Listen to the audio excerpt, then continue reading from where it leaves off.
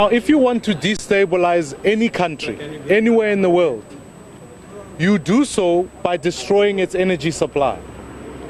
Now, all of us know quite clearly, as we listen to Mr. Andre de Ruyter, that it would seem there are a few people who are committed to destroying this country, who in my view are acting in a treasonous manner to destroy the interests of this country. And I'm here today to open a criminal case, really highlighting a number of key things. I'm requesting that the allegations that Mr. Ruyter has put together, that the South African Police Service be compelled to come and get a written affidavit for him to confirm the following. The first is the said identity of the high-ranking ANC politician he speaks about. Secondly, the identity of the cabinet minister who he highlights. Thirdly, whether Mr. de Ruyter has complied with his obligation under Section 34.2 of PRECA in respect to high-ranking ANC politician, and whether Mr. de Ruyter has complied with his obligation under Section 34.2 of PRECA in respect of the cabinet minister. I'm not just joining others, I'm asking the police to compel him to do so, because PRECA says so. If you want to act in the right prescribes of the law as a whistleblower, he must be compelled by law to come and name the people. If Mr. de Ruyter has not done so, I am here today to ensure that that gets done. Because what we need is the beginning of a case number that will unfold this issue. So, Mr. de Ruyter is compelled. But secondly, and more than anything, I'm here to lay charges against Mr. Pravin Gordhan.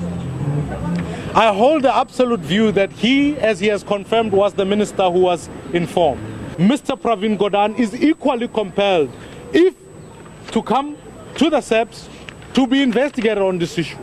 He was the Minister of Public Enterprises at the time, and it is not my obligation to provide him with proof or evidence. My job as a citizen acting on behalf of the people of this country is to come and ask the police to investigate, to compel him to provide evidence and ensure that he was informed by Mr. de Ruyter, what exactly he was informed by Mr. de Ruyter.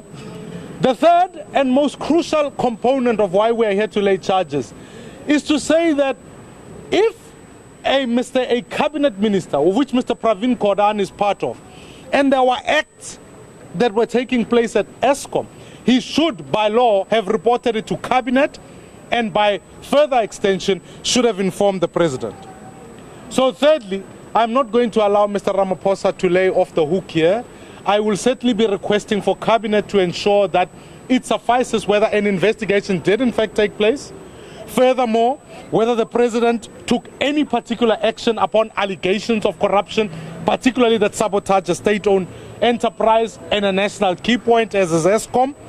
That as the president confirmed that he, at the State Capture Commission, that the African National Congress is accused number one, and therefore what actions did he take?